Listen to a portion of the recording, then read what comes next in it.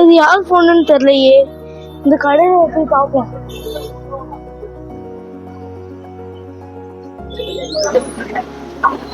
இந்த போனுக்கு பாஸ்வேர்டு இருக்குமா? பாஸ்வேர்டு மறந்துட்டியா தம்பி? இந்த போன் பாஸ்வேர்டு இருக்குன்னா போன் பில்லு வேணும். பில்லு இருந்தாதான் எடுக்க முடியும். பில்லு இருக்குங்களா? ஆனா இது பில்லு இல்லைண்ணே, கீழே இருந்து எடுத்த போன் தான்.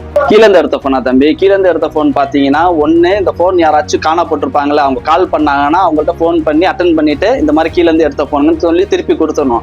அப்படி இல்லைன்னு பாத்தீங்கன்னா இந்த போனை பக்கத்துல போலீஸ் ஸ்டேஷன் எதுவும் இருந்தா அங்கே அவங்கள்ட்ட ஹேண்ட் ஓவர் பண்ணிடணும். ஏன்னா இந்த போனை நீங்க யூஸ் பண்ணக்கூடாது. ஏன்னா அடுத்தவங்க போனை தானே யூஸ் பண்றது வந்து இல்லீகல். அதே மாதிரி பாத்தீங்கன்னா என்கிட்ட நீங்க பாஸ்வேர்டு எடுக்கிறதுக்காக என்கிட்ட கொண்டு வந்திருக்கீங்க.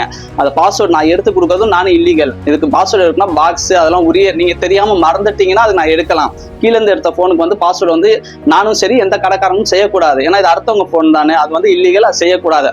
அதோட முக்கியமான விஷயம் என்னன்னு பாத்தீங்கன்னா, நீங்க கீழே வந்த போனை கொண்டு வந்து கடையில கொடுத்தீங்க. ரொம்ப பாராட்டக்கூடிய விஷயம் இது, சரிங்களா? ஏன்னா இது மத்தவங்க என்ன பண்ணுவாங்கன்னு வித்துருவாங்க. அந்த மாதிரி பண்ணாம கொண்டு போய் கடைக்காரனை கொடுத்துட்டு இது கீழே இருந்து வந்த போன் என்ன ஆச்சுன்றதை நீங்க கேட்டு தெரிஞ்சுக்கணும், சரிங்க? பொதுமக்களுக்கு இதுல இருந்து ஒரு அன்பான வேண்டுகோள்.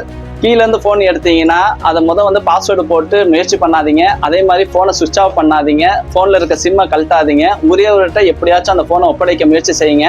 அதே மாதிரி உங்களால முடியலைன்னா அருகில் உள்ள காவலரிடம் வந்து அந்த போனை ஒப்படைச்சிருங்க. தேங்க்யூ.